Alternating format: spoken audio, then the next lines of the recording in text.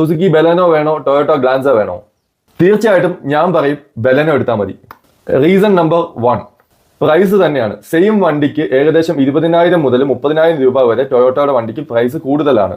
അപ്പൊ ചില ആളുകൾ വന്നിട്ട് പറയും അതിന് വാറണ്ടി കൂടുതൽ കിട്ടുന്നില്ലെന്ന്. 10,000 രൂപ കൂടെ കൊടുത്തു കഴിഞ്ഞാൽ 5 വർഷം വാറണ്ടി സുസുക്കിയിൽ നമുക്ക് കിട്ടും. അപ്പോഴും 20,000 ലാഭമല്ലേ. Reason number 2, brand value. ടൊയോട്ടോയുടെ വണ്ടിക്ക് ബ്രാൻഡ് വാല്യൂ കൂടുതലാണെന്ന്. ടൊയോട്ടോ ഉണ്ടാക്കുന്ന ടൊയോട്ടോയുടെ വണ്ടിക്ക് ബ്രാൻഡ് വാല്യൂ കൂടുതലുണ്ട്. പക്ഷെ സുസുക്കി ഉണ്ടാക്കുന്ന ടൊയോട്ടോയുടെ വണ്ടിക്ക് ലോഗോ മാത്രമേ വ്യത്യാസമുള്ളൂ. എന്തിനാണ് ബ്രാൻഡ് വാല്യൂ കൂടുതൽ? അതിന്റെ ആവശ്യം എന്താണ്? അങ്ങനെ ഒരു ബ്രാൻഡ് വാല്യൂ ഇല്ല. റീസൺ നമ്പർ 3, ഇനി നാളെ ഈ ഗ്ലാൻസ് അങ്ങോട്ട് ഡിസ്കണ്ടിന്യൂ ആയി പോയാലോ?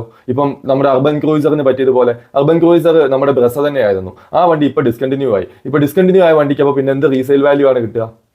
റീസൺ നമ്പർ 4, സ്പെയർ പാർട്സ് ആണെങ്കിൽ പോലും അവർ മാരുതിയിൽ നിന്ന് അല്ലെങ്കിൽ സുസുക്കിയിൽ നിന്ന് വാങ്ങിയിട്ടായിരിക്കും അവർ ടൊയോട്ടോയിൽ വിൽക്കുന്നത്.